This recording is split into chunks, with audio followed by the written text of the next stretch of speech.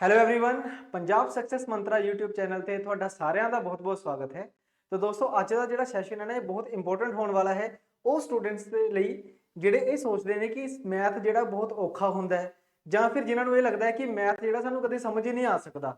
ਕਿਉਂਕਿ ਦੇਖੋ ਜਦੋਂ ਵੀ ਅਸੀਂ ਕੋਈ ਨਵਾਂ ਬੈਚ ਸ਼ੁਰੂ ਕਰਦੇ ਹਾਂ ਜਾਂ ਫਿਰ ਮੈਂ ਜਦੋਂ YouTube ਤੇ ਵੀ ਪੜ੍ਹਾ ਰਿਹਾ ਹੁੰਨਾ ਤਾਂ ਕਮੈਂਟ ਸੈਕਸ਼ਨ ਦੇ ਵਿੱਚ ਇੱਕ ਮੈਸੇਜ ਜਿਹੜਾ ਉਹ ਕਾਫੀ ਫ੍ਰੀਕੁਐਂਟਲੀ ਆਉਂਦਾ ਹੈ ਕਿ ਮੈਥ ਜਿਹੜਾ ਤੋਂ ਸਾਨੂੰ ਬੜਾ ਡਰ ਲੱਗਦਾ ਹੈ ਜੀ, मैथ बड़ा औखा है, मैथ सानू समझ नहीं आता, असी 10वीं क्लास तो बाद मैथ नहीं पढ़िया तो किवें करिए। तो दोस्तों जिहड़ा फोबिया है ना ये अज मैं खत्म करने की कोशिश करूँगा तुहाडे लई। तो मेन पॉइंट मैं तुहानू पहला दसना चाहूँगा कि इस पर्टिकुलर क्लास दे विच तुहानू मैं ये दसूँगा कि मैथ नू स्टार्ट किवें करना हुंदा है, ठीक है ना। तो डरन की तुहानू लोड़ नहीं है, अज की क्लास दे विच असी सारा डर दूर करांगे तुहाडा। मैथ अज की क्लास तो बाद जदों तुसीं पढ़ना शुरू करोगे तो इफेक्टिवनैस तुहानू आप ही दिखोगी, ठीक है। तो दोस्तों मैथ की जेकर मैं गल करा तो थोड़ा हिस्टरी वाल अगर असीं चलीए तो ये जो मैथ तुहानू आउंदा है एक्चुअल दे विच इसनूं बोलिया जाता है क्वांटिटेटिव एप्टीट्यूड। कई जगह ते क्वांटिटेटिव टेक्निक्स लिखा हुंदा है या फिर जनरल मैंटल एबिलिटी लिखा हुंदा है, ठीक है ना। तो कई एग्जाम्स दे विच तां वैसे मैथमैटिक्स ही लिख दिंदा हुंदा ओह। एक्चुअल दे विच ये मैथ वो नहीं है जो असीं समझदे हां कि जिहदे विच बहुत औखे तरह के क्वेश्चन आउणगे। बेसिकली सिंपली अगर मैं देखा तो ये जो मैथ है साडा इस दे विच तुहानू 6वीं क्लास 7वीं क्लास ते 8वीं क्लास का जो मैथ होंदा है जिवें रेशो एंड प्रपोर्शन है, प्रॉफिट एंड लॉस है, टाइम एंड वर्क हो गया, सिंपल इंटरस्ट कंपाउंड इंटरस्ट हो गया, आह वाले चैप्टर जिहड़े ने ਉਹ ਪੁੱਛੇ ਜਾਂਦੇ ਨੇ। बस ਹੁੰਦਾ ਕੀ है कि टाइम ਸਾਡੇ ਕੋਲੋਂ ਘੱਟ ਹੁੰਦਾ पेपर ਦੇ ਵਿੱਚ और ਅਸੀਂ इस पर्टिकुलर टाइम ਦੇ ਵਿੱਚ ही सारे क्वेश्चन सॉल्व करने ਹੁੰਦੇ ਨੇ। और अगर ਅਸੀਂ ਸਾਰੇ क्वेश्चन सॉल्व ना करिए ਤਾਂ ਉਹਦੇ ਨਾਲ ਕੀ ਹੁੰਦਾ ਫਿਰ ਕਿ ਮੈਰਿਟ ਦੇ ਵਿੱਚ ਸਾਡਾ ਚਾਂਸ ਨਾ ਆਉਣ ਦਾ ਚਾਂਸਸ ਘਟ ਜਾਂਦੇ ਨੇ। बेसिकली ये चीज़ है ना कि समा घट है पेपर ਦੇ ਵਿੱਚ क्वेश्चन ज़्यादा ने तो सानू समा घट मिलता एक क्वेश्चन ਨੂੰ ਕਰਨ ਲਈ, ठीक है। लेकिन अगर ਅਸੀਂ ਗੱਲ करिए मैथ ਦੀ दोस्तों ਤਾਂ दो तरीके ਹੁੰਦੇ ਨੇ मैथ ਨੂੰ ਕਰਨ ਦੇ। अगर बेसिकली अगर ਵੇਖਿਆ ਜਾਵੇ ਤਾਂ एक तो ਅਸੀਂ ਕਵਾਂਗੇ ਜਿਵੇਂ ਸਾਡਾ ट्रेडिशनल मैथड्स ने कन्वेंशनल मैथड ਹੁੰਦੇ ਨੇ कि ਤੁਸੀਂ एक्स वाई जेड अज्यूम करके सवाल ਨੂੰ ਕੱਢ ਲਓ, ठीक है। पहला मैथड। दूसरा मैथड की ਹੁੰਦਾ जी कि ਅਸੀਂ शॉर्टकट वगैरह ਦਾ यूज करिए, ठीक है।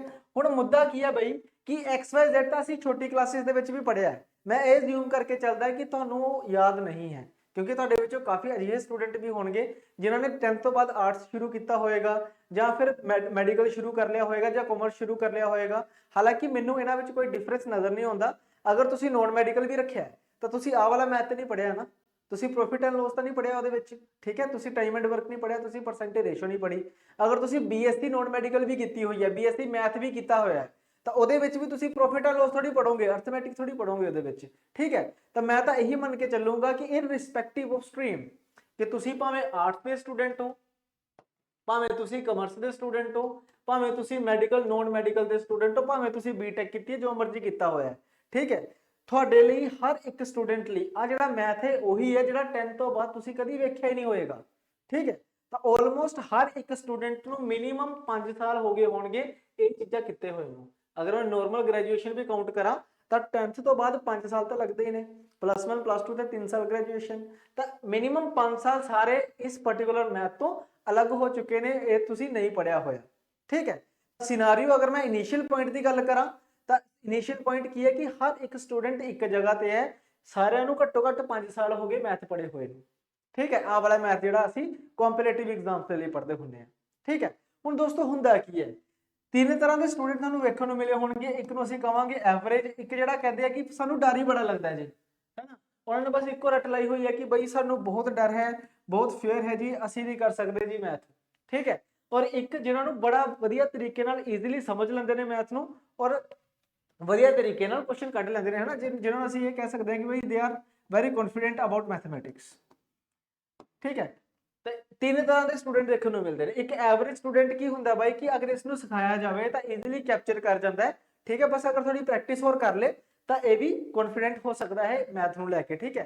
हुण सब तो वड्डी गल है भाई आ कैटेगरी की, क्योंकि देखो एवरेज को कॉन्फिडेंट बनाया जा सकता, वधिया गुड बेस्ट बनाया जा सकता है। जो ऑलरेडी बेस्ट है उन्होंने बेस्ट ही रहना, उन्हें उस तो उत्ते जा नहीं सकता।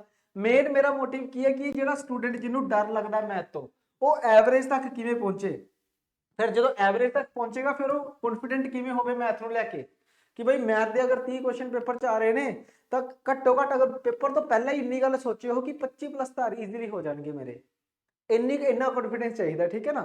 ਤਾਂ ਕਿਵੇਂ ਬਣੇਗਾ ਇਹ ਚੀਜ਼ ਸਮਝਣੀ ਹੈ ਤੁਸੀਂ, ਠੀਕ ਹੈ।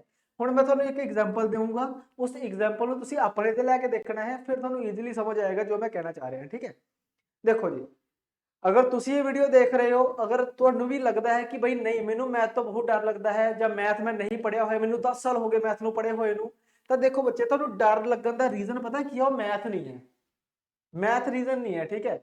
ਰੀਜ਼ਨ ਕੀ ਹੈ ਬੇਸਿਕਲੀ, ਕਿ ਜਦੋਂ ਅਸੀਂ ਪੜ੍ਹਨਾ ਸ਼ੁਰੂ ਕਰਦੇ ਆ ਨਾ, ਕੋਈ ਵੀ ਚੀਜ਼ ਜਦੋਂ ਅਸੀਂ ਪੜ੍ਹਨਾ ਸ਼ੁਰੂ ਕਰਦੇ ਹੁੰਦੇ ਆ, ਚਾਹੇ ਕੋਈ ਵੀ ਸਬਜੈਕਟ ਹੈ ਉਹ, ਤੁਸੀਂ ਭਾਵੇਂ ਕਦੇ ਰੀਜ਼ਨਿੰਗ ਦੀ ਗੱਲ ਕਰ ਲਓ, ਠੀਕ ਹੈ, ਇਹਦੇ ਉੱਤੇ ਮੈਂ ਬਾਅਦ ਵਿੱਚ ਜਾਣਾ।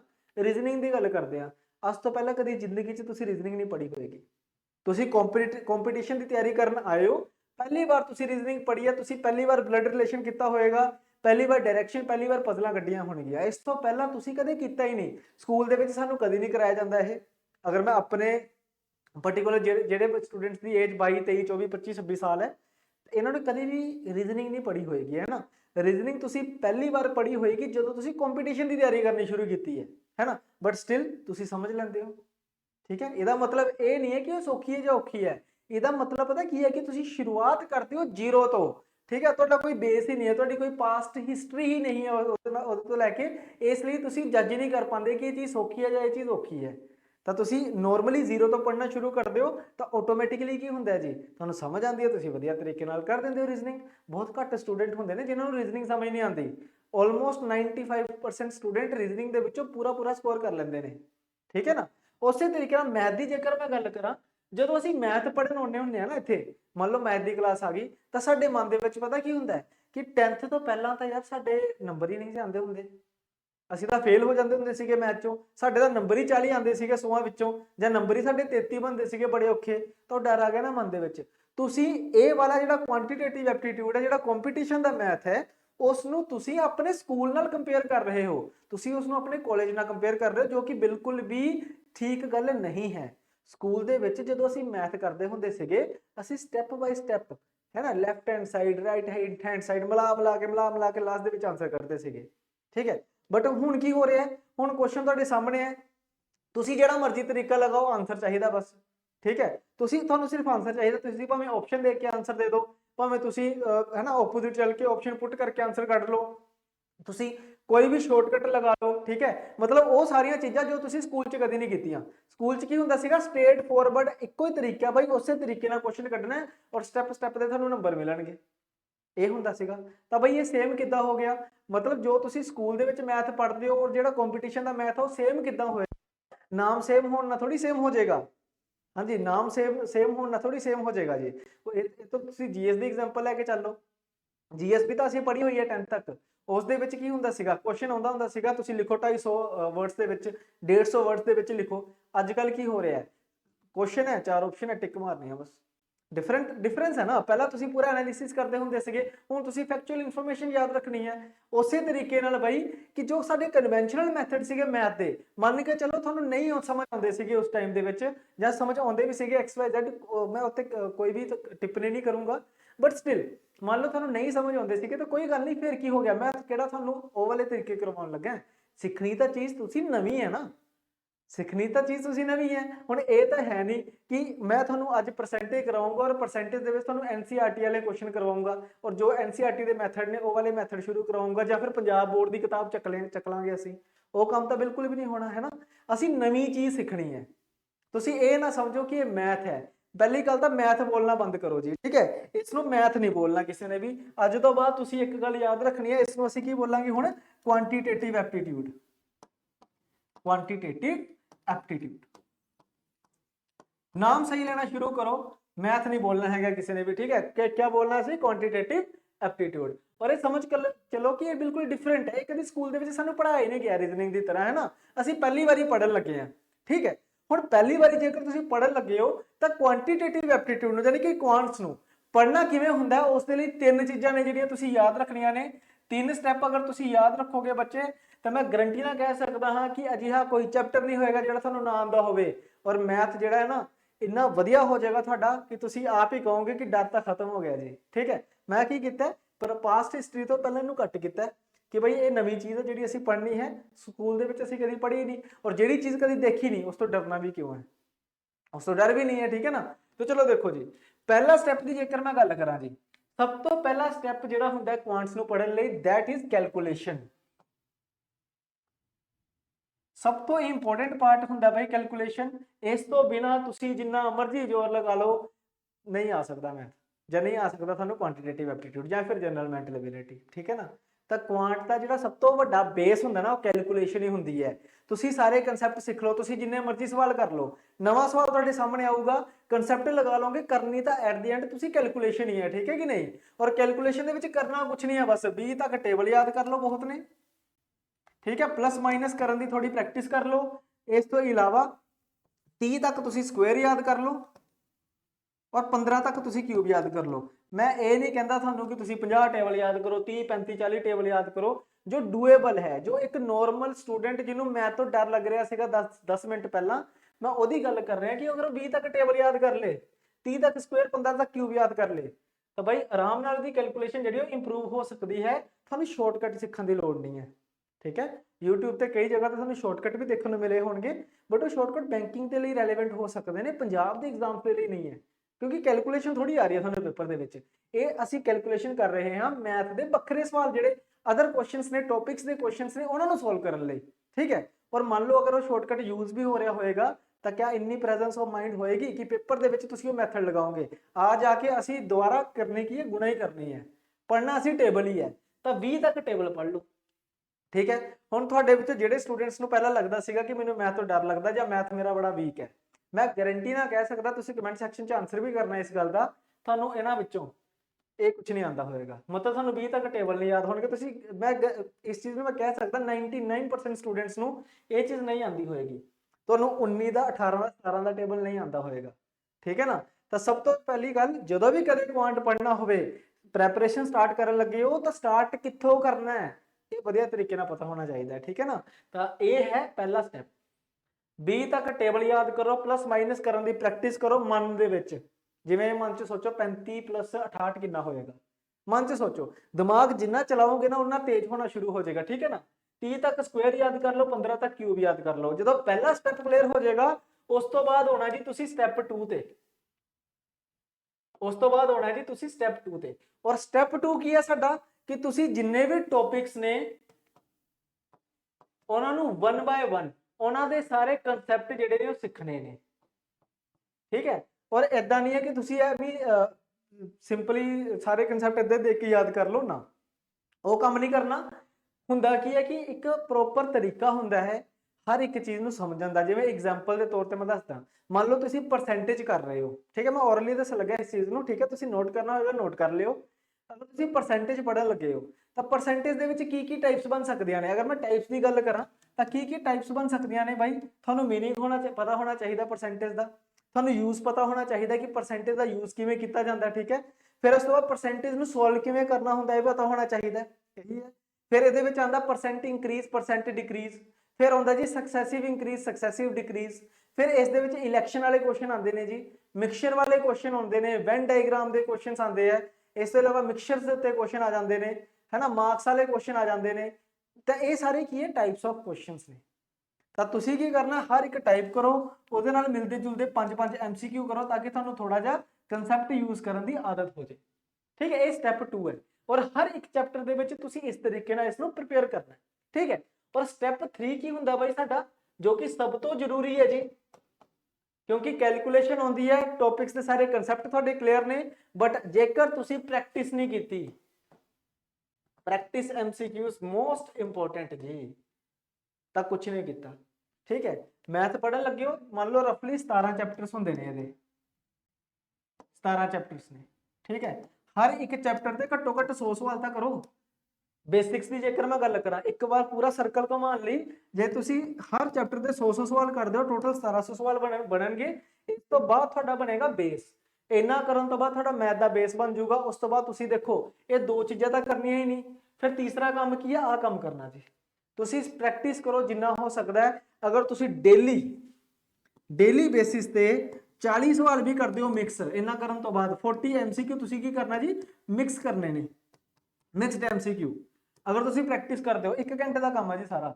ਔਰ ਅਗਰ ਡੇਲੀ ਬੇਸਿਸ ਤੇ ਕਰਦੇ ਰਹਿੰਦੇ ਹੋ ਤਾਂ ਬਾਈ ਮੈਂ ਤੁਹਾਨੂੰ ਗਾਰੰਟੀ ਨਾਲ ਕਹਿ ਸਕਦਾ ਹਾਂ ਕਿ ਅਗਲੇ 2 ਮਹੀਨੇ ਦੇ ਵਿੱਚ ਤੁਸੀਂ ਆਪ ਕਹੋਗੇ कि मैथ तो कर ही लांगे, मैथ तो कर ही लांगे, बाकी पढ़ लेंगे, मैथ तो हो ही जाना। जो कि मेरे स्टूडेंट का काफ़ी बोलते भी सीगे, मैं अज तक कभी नहीं किसी को सुनिया कि मैथ औखा है। जिन्ने भी पेपर होंगे ने सारे कहते हैं मैथ नॉर्मल है जी, मैथ नॉर्मल सीगा, ਜਾਂ कहते हैं कि 2-3 क्वेश्चन औखे सीगे। मोस्टली तो यही कहते हैं कि मैथ बड़ा सौखा सीगा और सारा हो गया साडा। यही चीज़ है, कदों आती है ये चीज़ जी, जो तुहानूं कोई चीज़ सौखी लगती है, मतलब ये नहीं होंदा कि वो सौखी है, उसका मतलब है कि तुहानूं आउंदी है। ਜਿਹੜੀ ਚੀਜ਼ ਤੁਹਾਨੂੰ ਆਉਂਦੀ ਹੈ ਉਹ ਸੌਖੀ ਹੈ, ਸਿੰਪਲ ਜੀ ਗੱਲ ਹੈ। ਇੱਕ ਪਾਇਲਟ ਵਾਸਤੇ ਜਹਾਜ਼ ਚਲਾਉਣਾ ਸੌਖਾ ਹੈ, ਔਖਾ ਨਹੀਂ ਹੈ ਉਹਦੇ ਵਾਸਤੇ, ਸਾਡੇ ਵਾਸਤੇ ਔਖਾ ਕਿਉਂਕਿ ਅਸੀਂ ਕਦੀ ਚਲਾਇਆ ਹੀ ਨਹੀਂ। ਇਹ ਵੀ ਇਹਨੂੰ ਤੁਸੀਂ 에ਅਰੋਪਲੇਨ ਹੀ ਸਮਝ ਕੇ ਚੱਲੋ, ਔਰ ਅਗਰ ਤੁਸੀਂ ਪਾਇਲਟ ਬਣਨਾ ਹੈ ਤਾਂ ਤੁਹਾਨੂੰ ਪ੍ਰੈਕਟਿਸ ਕਰਨੀ ਪਊਗੀ ਜ਼ਿਆਦਾ ਤੋਂ ਜ਼ਿਆਦਾ। ਸਮਝ ਗਏ ਨਾ ਗੱਲ ਨੂੰ? ਤਾਂ ਆਈ ਹੋਪ ਅਗਰ ਇਹ ਚੀਜ਼ ਤੁਸੀਂ ਫੋਲੋ ਕਰੋਗੇ ਤਾਂ ਮੈਂ ਗਾਰੰਟੀ ਨਾਲ ਕਹਿ ਸਕਦਾ ਹਾਂ ਕਿ ਆਹ ਸ਼ਬਦ ਤੁਹਾਡੀ ਜ਼ਿੰਦਗੀ ਤੋਂ ਦੂਰ ਹੋ ਜਾਏਗਾ ਜੀ। ਮੈਥ ਦਾ ਡਰ ਜਿਹੜਾ ਹੈ 100% ਦੂਰ ਹੋਏਗਾ। यही इको ही तरीका बाई ये चीज़ करन दी, और कोई ये रॉकेट साइंस नहीं है, नॉर्मल जी गल है। मैथ पढ़ना तो तुहानूं की आनी चाहिए है कैलकुलेशन, है ना। कैलकुलेशन लिए तुहानूं की करना है जी, 20 तक तुसीं टेबल याद करने ने, 30 तक स्क्वेयर याद करने ने, प्लस माइनस की प्रैक्टिस करो, 15 तक क्यूब याद कर लो। इन्ना करन तो बाद तुसीं कंसैप्ट सीखो सारे के सारे टॉपिक वाइज, और हर टॉपिक के 100 सवाल करो। जिवें तुहाडे 17 चैप्टर सारे खत्म हो जाएंगे, उस तो बाद तुसीं दोबारा तो रिवीजन नहीं करनी हैगी, वही सवाल दोबारा नहीं करने, डेली नवे 40 सवाल करो प्रैक्टिस, और मिक्स करोगे तो ज़्यादा वधिया, क्योंकि पेपर के भी मिक्स क्वेश्चन होंगे ने। तो डेली अगर 40-40 सवाल करते रहोगे तो एक महीने 1200 क्वेश्चन बनते हैं। ठीक है, 3-4 महीने के तो सारे क्वेश्चन ही कर लोगे, बचना ही कुछ नहीं। मतलब पेपर के भी जो क्वेश्चन पूछे जाएंगे तुसीं पहला तो कितने होणगे वो वाले। आई होप हुण ये सारी चीज़ां तुहानूं समझ आ गई होणगियां कि मैथ नूं दोस्तों असीं पढ़ना किस तरीके दे नाल है। ठीक है, इस तो इलावा हुण जिहड़ी मेन चीज़ है, जेकर तुसीं हुणे तैयारी करना शुरू की है ਜਾਂ पढ़े हुए हो लेकिन कंसैप्ट क्लीयर नहीं है बिल्कुल भी, तो कंसैप्ट करने लई क्लीयर करने लई दोस्तों असीं तुहानूं पूरा गाइड करांगे। असीं बैच शुरू किया होया एक जी, जो कि ऑफलाइन तो ऑनलाइन दोनों मोड्स दे विच है। 50 दिन का क्रैश कोर्स है। देखो क्रैश कोर्स ना दा ही है, असीं इस दे विच पूरे कंसैप्ट, प्रैक्टिस MCQs हर एक चीज़ करवानी हैगी है। ठीक है, जो कि 3 तरीक तो कल तो स्टार्ट हो गया सीगा। कल उहदे विच मेरी मैथ की पहली क्लास सीगी, उस दे विच मैं यही चीज़ां डिस्कस कीतियां जो मैं हुण तुहाडे नाल कीतियां डिस्कस। ठीक है, इंट्रोडक्शन क्लास तो तुसीं ये बैच ज्वाइन कर सकते हो। ये बैच जिहड़ा ऑनलाइन मोड दे विच भी है, जिसकी फीस 3500 है। इस दे विच चारों जिहड़े अपकमिंग एग्जाम्स ने, इन्हां दी टेस्ट सीरीज भी इंक्लूडेड है जी। टेस्ट सीरीज चारों एग्जाम्स दी होणगियां, प्लस ਤੁਹਾਨੂੰ 50 दिन का कोर्स होएगा। 50 मैथ के तो देखो टोटल 40 लैक्चर होणगे दे विच, 40 लैक्चर तो कल्ले मैथ के होणगे, 20 लैक्चर रीजनिंग के होणगे। इस तरीके नाल वखरे वखरे लैक्चर, डेली 3 लैक्चर होणगे जी। टोटल 150 क्लासेस मिलणगियां, तुहानूं सारा सिलेबस खत्म होएगा। और यही बैच ऑफलाइन भी है। जेकर तुसीं चंडीगढ़ के आस पास तो हो, बिलोंग करते हो, या फिर चंडीगढ़ शिफ्ट करने की सोच रहे हो, तो मैं यही सुजैसट करूँगा कि तुसीं ऑफलाइन बैच ज्वाइन करो। ठीक है, क्योंकि इस दे विच की है कि ऑफलाइन तुसीं जदों आओगे तुहाडी डेली इंटरैक्शन होएगी साडे नाल। मैं कल्ली मैथ की गल नहीं कर रहा, पेपर पास करने लई कल्ला मैथ नहीं चाहिए, जां कल्ली GS नहीं चाहिए।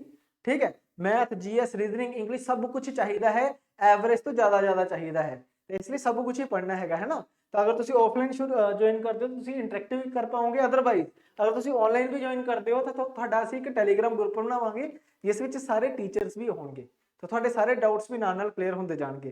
क्लासेस सारियां लाइव क्लासेस रहणगियां, ऑफलाइन दे विच तां है ही आ, ऑनलाइन भी लाइव क्लासेस होणगियां।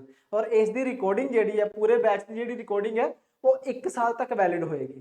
ठीक है जी, तो इस बैच में ज्वाइन करने लई तुसीं डिस्क्रिप्शन दे विच दित्ते हुए लिंक ते क्लिक कर सकते हो, और अज ही बैच ज्वाइन करो और कल तो अपनी क्लासेस जिहड़ियां ने शुरू कर लो। धन्नवाद जी।